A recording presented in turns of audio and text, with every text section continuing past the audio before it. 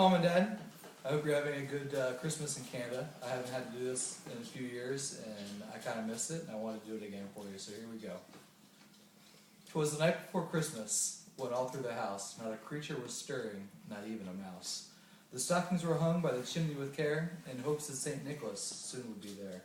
The children were nestled, all snug in their bed, with visions of sugar plums danced in their head. And Mama in her kerchief, and I in my cap, we had just settled our brains for a long winter's nap. When out on the lawn there arose such a clatter, I sprung from my bed to see what was the matter. Away to the window, flew like a flash, tore open the shutters, and threw up the sash. The moon on the breast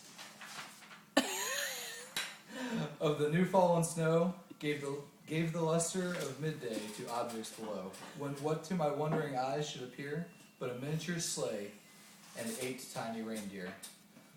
With a little old driver, so lively and quick, I knew in a moment it must be St. Nick. More rapid than eagles, his coursers they came, and he whistled and shouted, and called them by name.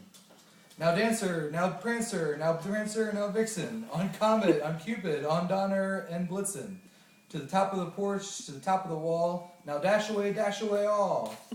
As the dry leaves before the wild hurricane fly, when they meet with the obstacle mount in the sky. So up in the house the coursers they flew, with the sleigh full of toys and St. Nicholas too. And then in a twinkling I heard on the roof the prancing and pawing of each little hoof. As I drew in my head I was turning around, down the chimney St. Nicholas came with a bound. He was dressed all in fur from his head to his foot, and his clothes were all tarnished with ashes and soot. A bundle of toys he had flung on his back, and he looked like a peddler just opening his pack. His eyes how they twinkled, his dimples how merry. His cheeks were like roses, his nose like a cherry. His droll little mouth was drawn up like a bow, and he heard on his chin was as white as the beard of his chin was as white as snow. The stump of his pipe he held tight in his teeth, and the smoke encircled his head like a wreath. He had a broad face and a little round belly, and he shook when he laughed like a bowl full of jelly. He was chubby and plump, a right jolly old elf, and I laughed when I saw him in spite of myself. A wink in the eye and a twist of his head soon gave me to know that I had nothing to dread.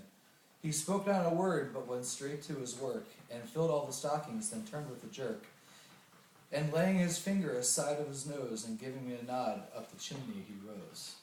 He sprang to his sled and gave his team a whistle, and away they all flew like the dawn of a thistle. But I heard him exclaim, ere he drove out of sight, Happy Christmas to all, and to all a good night. Merry Christmas, Mom and Dad. I love you. Talk to you soon.